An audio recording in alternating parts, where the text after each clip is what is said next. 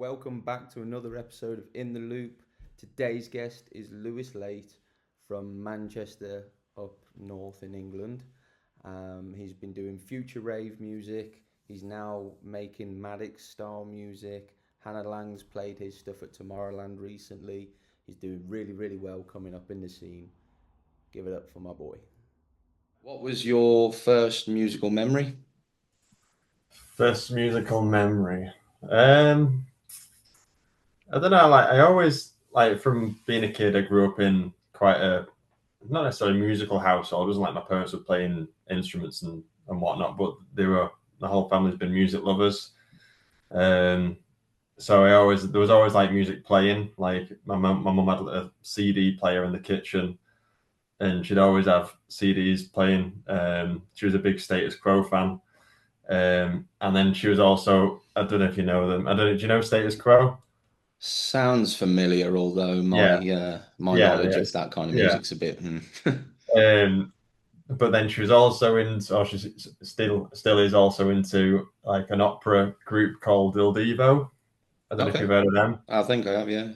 And like she'd have all those CDs, so they were always playing in the house. So, like I say, there was always music playing. So that was her music taste. My dad was always into like sort of similar stuff, but he like more like he's a big fan of Dire Straits and Thin Lizzy, that sort of thing. And then my sister was sort of more into the dancey side of things, like Wig and Pear, sort of Oasis, sort of anything sort of trendy, I guess, at the time. Hmm. Um, so first memory would probably just be like a little bit of all that sort of thing in my upbringing. Hmm. Um, yeah. And then, sort of, as you maybe got a little bit older, what was like the first dance music track you remember? Probably something from. I mean, to be fair, growing up, I wouldn't say like I did like dance music, but like I think when I was really young, I remember actually quite liked Elvis at one point when I was Hmm. probably in primary school. I remember like I always had like if we were going in the car anyway, I had my CD player with me, my book of CDs. One of our neighbours and like family friends would burn CDs, so I had like written on which which track was on which. Busted actually was a big like I was a massive Busted fan. Um, but in terms of dance music, it'd probably be something from my sister. Um, maybe be like I don't know, Infinity or something like that. Hmm. Which probably at the time was overly played, and I actually probably got a little bit sick of it. But it's like only in later years you actually come to, well, in my terms, come to appreciate it because, like I say, my music taste was slightly different at that time. Um, but yeah, I think yeah, probably something like that. Or probably something like I don't know, like Castles in the Sky, like a proper like classic, like especially in the UK crowds, will get anyone going. Anyone knows the Yeah, words. So probably something like that. yeah, yeah, Yeah. yeah. Something I wanted to mention to you is recently your track was played at Tomorrowland. Did you Mm, know that 233 million people tuned into this year's edition of Tomorrowland? that's How does it insane. feel to have had your track in front of potentially that many people? That's crazy. Like, I mean, like you see the people. I mean, it's massive enough to get at Tomorrowland on the main stage by Hannah. But yeah, I hadn't even thought of that to be fair. Like you see the crowd there, but then obviously you forget about the live stream. So that's insane. Yeah, it's crazy. Did you know she may play it?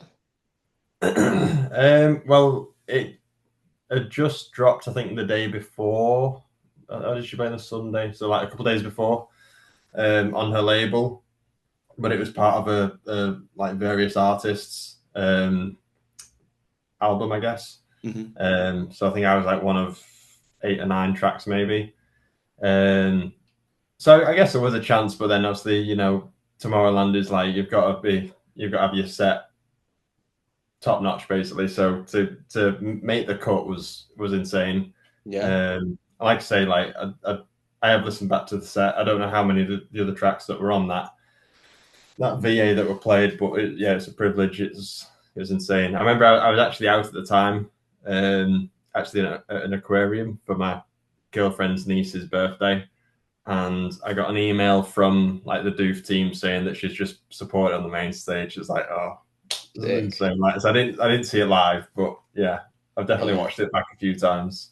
My niece is just like, come and have a look at Nemo. I'm like, no, no, Yeah, yeah, look at the fish, no. look at the fish.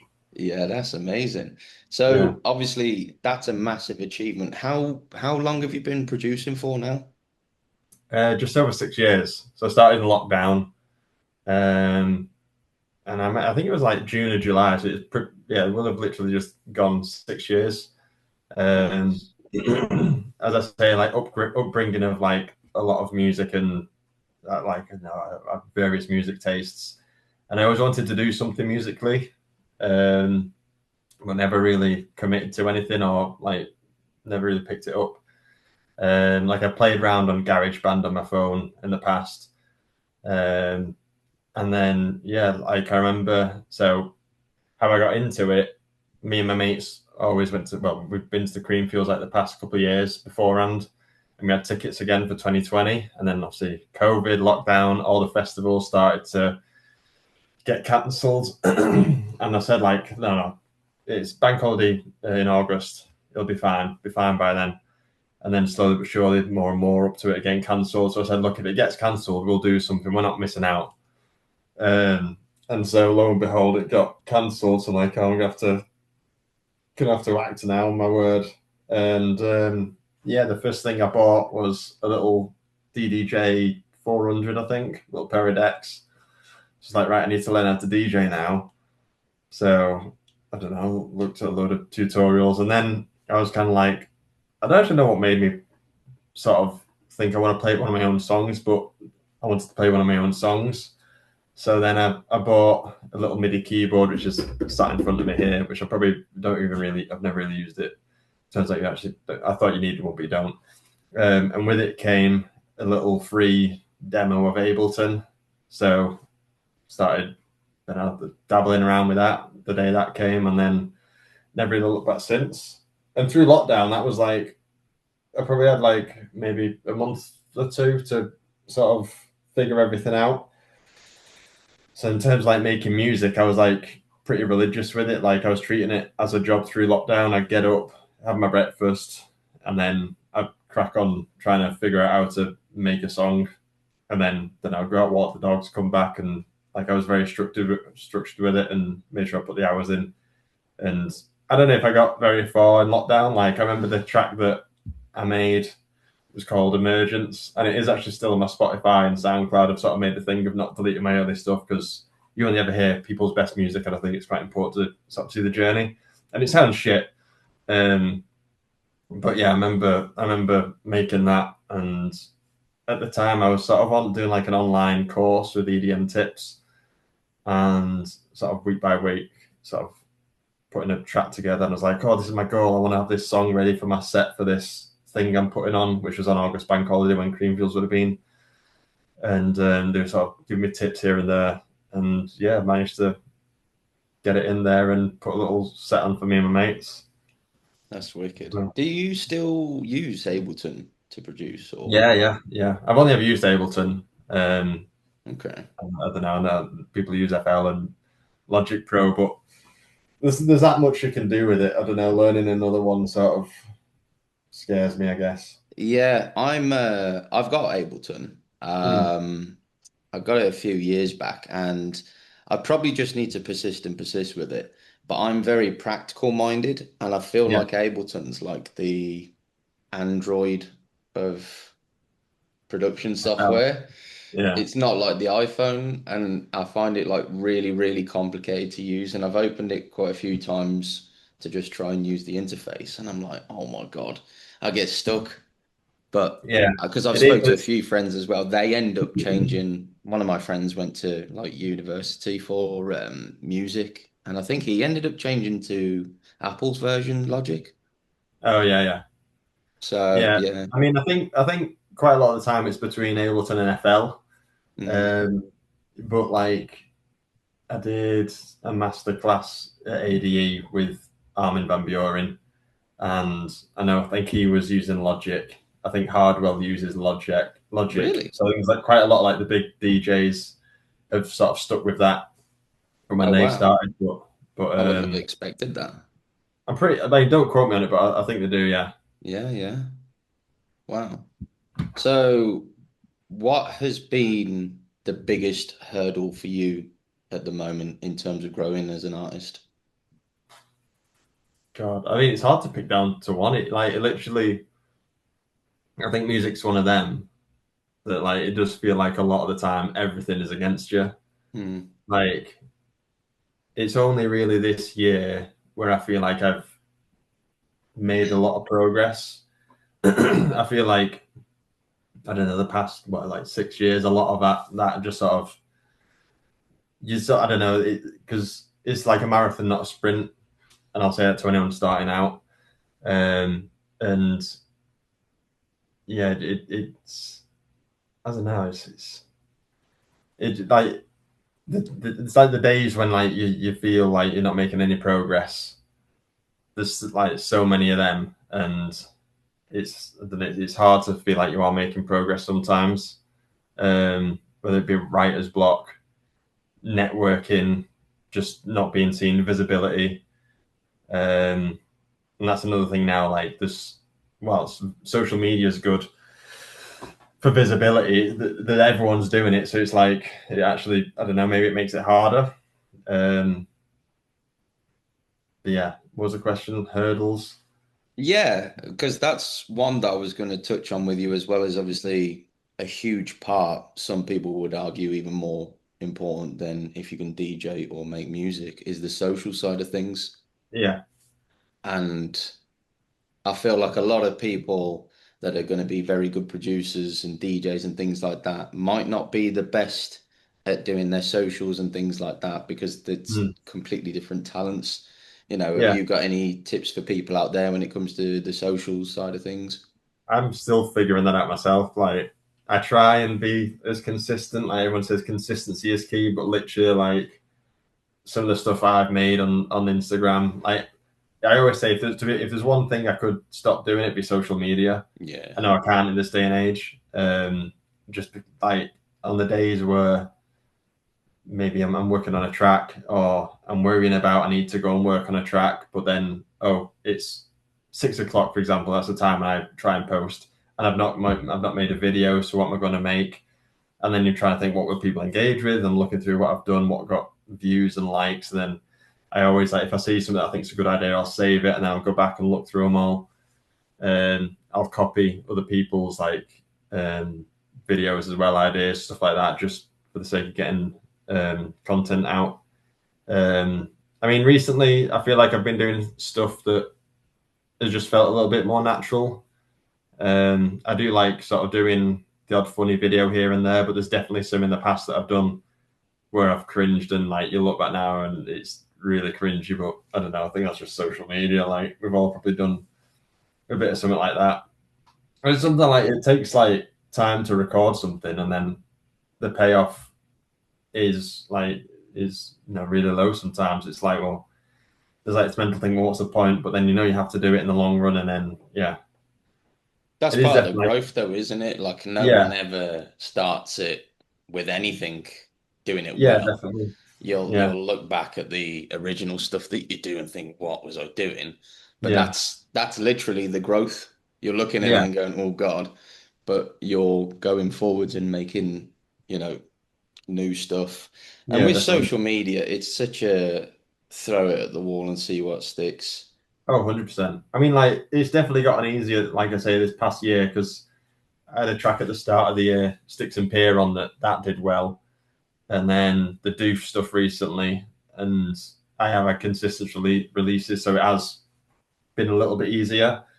But definitely in the past, it's just been a struggle. And then, like, there's always a concern of if something underperforms and then you're not reaching like a certain amount of views, and then the algorithm thinks, well, people don't like your stuff that much, so then less people see it, and then it's trying to get out of that pit that you sometimes end in.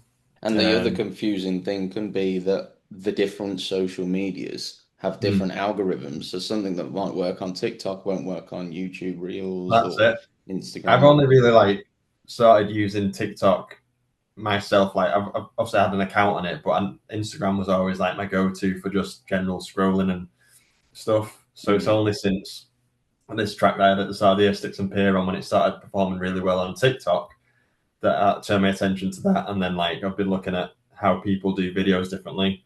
Mm. Uh, it seems to be a lot more unpolished on TikTok than Instagram. Um, but yeah, that's just like another thing, like you say, opening Ableton and seeing all the stuff you've got to learn for music production, and then there's also and then also the mindset for social media. It's like it's definitely like a personality thing, and that's something like I'm not like a natural extrovert. I'm definitely an introvert. Like Mm. I am a quiet person by nature, and I always have been. So to try and put all the attention on me and look at me, and is something that feels a little bit alien. But I That, think that that that's also something that I think as well people don't speak about enough is people like yourself, producers, and yeah, then people who are just DJs, like the big DJs you see at the clubs headlining and the festivals. They're very extroverted. It's two mm, complete opposites. Somebody who can be happy sitting in their office at home 70 hours a week, and somebody who wants everyone looking at them. yeah, It's two polar opposite worlds, and you got to kind of yeah, mix them together and have yeah, a social media which kind of blends the two as well. yeah.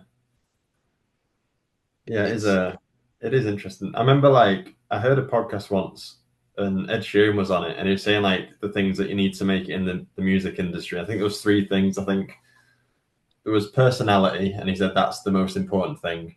yeah, And then I think he said luck, but don't quote me on that. And then below that he said talent and he said like that's the order of the three things that you need. So it yeah. just goes to show. Yeah. Yeah, and then obviously a whole lot of hard work behind it as well. Oh yeah, 100%. Maybe it weren't. Maybe it was hard work or something. I can't remember. But yeah, it Well, was definitely like personality was top, and then talent was bottom. yeah, I definitely think the harder you work, the luckier you are as well. That's definitely a thing. You know, if you Yeah, put yourself in the right places, people say right place, right time, but you have to put yourself in those places to begin with. yeah, yeah, 100%. What's one piece of kit you couldn't live without as an artist, whether it be DJing or producing? First laptop. Yeah. I mean, that's pretty much does everything. But yeah, like I'm not got shitloads of hardware since or anything. I've literally, like I say, I got that MIDI keyboard that I got when I started. I've got a bigger MIDI keyboard under my desk here that again I don't really use that often, and then everything else is software. I'd love to like have a full studio. I recently went to one of my mates' studios in Stockport, just just in Manchester, outside of Manchester. And like he's got everything. Like it was insane. Like I walked in, there's like a lot of stuff I've no idea what I'm looking at, but yeah, he had like all the gear.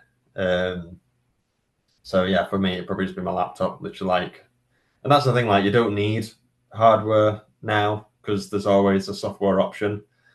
Um, I think David Guetta says something similar like that. But yeah, laptop would be it for me. Yeah. Having heard your music on the Tomorrowland main stage, would you change your sound to fit the main stages more, or will you prefer to always stick with the underground club sound? Um, like recently, like since then, I have been trying to not tailor my sound, but like just change it a little bit. Um, so it is a little bit more fitting to the likes of like Hannah's label and that sort of crowd. Um, I feel like, I mean, when I started, I was making like future rave, and then I went into like the big room techno stuff. Then I went to hard techno, and then sort of eased my way out into I don't know whatever I'm making now, some sort of trancey techno-y bouncy blend. Hmm. Um, but I mean, to be fair, that track that Hannah played, I wouldn't say it's a really main stage track. It is a little bit hard hitting. And when she actually signed it, I was surprised that she did sign it because I didn't really think it was something that her label would sign. I thought Doof was a little bit sort of more sort of hard housey kind of stuff. Mm. But yeah, like I've definitely sort of been trying to sort of I don't know, yeah, think a little bit more about the music I'm making and the direction it's going in. And like it's always good just to sort of make what comes naturally, but trying to think of some sort of strategy or some sort of long term plan has definitely been something recently that I've been trying to suss out, which Yeah. has led to a little bit of writer's block. Yeah. Yeah. Because then, like, it's kind of like you're I don't know, what is it? You're a victim of your own success. Mm. Like with that being supported on the Tomorrowland main stage and hitting goals like that, you kind of like set the benchmark for everything else. That right, okay, that works, but now everything else needs to be even better than that. Mm. So yeah, I like make that though because it shows that you've got like a diverse sound and you can make sort of mm, multiple different types of sound. You know, Hannah Lang's label, Maddox's label, maybe revealed yeah, in the yeah, future. It shows that you can diversify your sound rather than only one label being happy to take you on, and then you almost get stuck making mm, that kind of sound. yeah, yeah, It's good to have a wider spectrum of labels. yeah, definitely. Um, yeah, that like Maddox's sound and Hannah's sound. Like to be fair, like Doof wasn't really something that was on my radar for a long time. Like say like the sort of music I was making and do sort of under my like I used to think it was like more sort of hard house. It never really sort of crossed my mind. I think I'd sent like one or two demos over before. And then how that came about was I'd made a bootleg of Hannah's track Good Love. I think it was like December last year. And I put it in like a reel on Instagram and she saw it and like commented like, oh, like can't wait to hear the full thing. So I sent it to her and I said, check your DMs. And then like said, oh, like love it. And then said like I said, where can I send music? Like demos and stuff, where's best to send? Just like to engage in conversation. So she told me, and then felt like I need to send something now because I'm on a radar because of this bootleg, and I wanted to remember me. So I had this track, which obviously is the one that she signed, and I sent it over, and like she liked it there and then and downloaded it. I think she was testing it out in America over New Year's Eve sort of period, and yeah, she ended up signing it. So, and that was a bit of an eye opener because, like I say, I didn't really think it was the sort of sound, but I think her sound in general has changed a little bit, and that's like where I think my sort of stuff I'm trying to make at the minute, and her stuff, I think there's like I don't know, a bit of a cross kind of thing with the genres and stuff. Yeah. Yeah. Is there a genre you've not yet produced that you'd like to one day? I tried making hardstyle once. Oh yeah. I was working on a hardstyle remix. I near enough had it finished, but then I don't know, sort of was up and down with it, and then never really went anywhere with it. Didn't release it. Um, like I do have a lot of fun making the hard stuff, but then I don't know, I've just been making slightly different things. Hmm. But if I was, it'd probably be something hard. Like house music doesn't really interest me. It just sort of bores me a little bit. Yeah. Um, I don't know. Like I feel like what I make isn't necessarily like one genre. Like I always just take the piss and say like I don't know what genre of music I'm making. When people ask, I just say it's some sort of trancey, techno-y blend. And if you put a label on it, then someone will tell you no, it's not that genre. It's this genre. So Mm. um, I don't know. Maybe I'd like if I was to do something I've not done before, I'd commit to like trance or something or uplifting trance, maybe something like that. Nice. Maybe like Andrew Royale type stuff. Yeah, yeah, yeah, yeah. Yeah, it's funny because like pre-COVID 2017, 18, 19, there was like the big room main stage sound, there was progressive, there was house, there was all these different sort of genres around dance music. And then recently over the last few years, particularly the last year or so for me, it feels like it's gone into two separate funnels. You've Mm, got soft and hard. You've got yeah. like house and tech house over there and Afro house. And then you've got hard style, hard techno, um, even like the lesser hard techno like Maddox, like the acid stuff, Mm, that's like over there, and you're either one or the other. yeah, definitely. Yeah, And it sounds like you're definitely that the way. Yeah, other. yeah. Like No, I've never. There's been the odd house track that I like, but then I've just always preferred something a little bit faster and a little bit more aggressive. Like, I don't know, just some house music, just sort of a bit too repetitive for me. And people probably say the same about hard techno and stuff like that. It's just like a load of chaos and carnage repeating itself. But I don't know. Yeah. Yeah, I've listened to quite a bit of hard techno recently, and I will say, I think more often than not, I prefer the hard style because of the melody there. Mm, Some of like the yeah, industrial hard techno stuff's just a bit naff for me. too many screeches. Yeah, just a Yeah, bit too blank and poof. yeah. But yeah, thank you for speaking to me today. What No, can that's all we right. expect from Lewis Late over the next 12 months? Um, I've got a collab coming out. I don't know if I'm allowed to say who it is. I've not been told. I'm not allowed to say, but I don't know. I've got a collab coming out in October that I'm super excited for. Nice. Um, it's already been supported by Hannah and the other person in the collab. So hopefully it'll gain some more traction. I've got another collab coming out in October around ADE, which is exciting. I'm making my ADE debut this time, so it'll be my 5th year, I think, at ADE, and it's my first time going as an artist performing. So yeah, if you're there on the Saturday, I'm performing at Andrew Rayal's Find Your Harmony event. Did you go last year? I can't remember. I don't I think you haven't. did. It's always on the Saturday night when AMF is on. Oh yeah, of course. But it's such a killer because probably my favorite ever album in dance music, well, ever album in general, was Andrew Rayel's first album. Okay. God, why am I blanking on it now? Moments. Right. It's called Moments back in 2017, and he was touring it at the time, and it was like my favorite thing I'd ever heard. It was like a mix of trance, progressive house, and big room. It was like Yeah. perfection, and yeah, incredible. So yeah, seeing you that you're performing on that, I was buzzing because I know Yeah. how good of a label they are as well. Like Yeah. genuinely, they're probably top five labels in the scene for good music. Yeah. Yeah.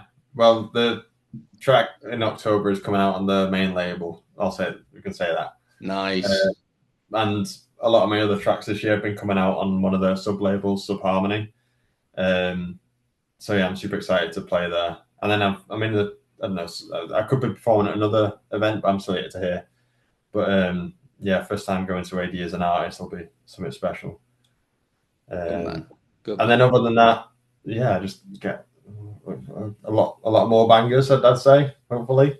Um, yeah, Wow. Well done for all the hard work, mate. It's obviously paying off. So well done to you, mate. And let's go for a big next 12 months. yeah, 100%. Yeah, definitely. Yeah, I mean this year's been pretty good for a lot of growth. So hopefully next year is even bigger. That's not like we said before that like you sort of set the benchmark and then go from there, which could be good or a little bit disheartening if it's not the same. But manifested it is and put the work in, and yeah, it'll pay off. Good man. Thanks for joining me, mate. That's Appreciate all right. it. Thank Cheers. you for having me.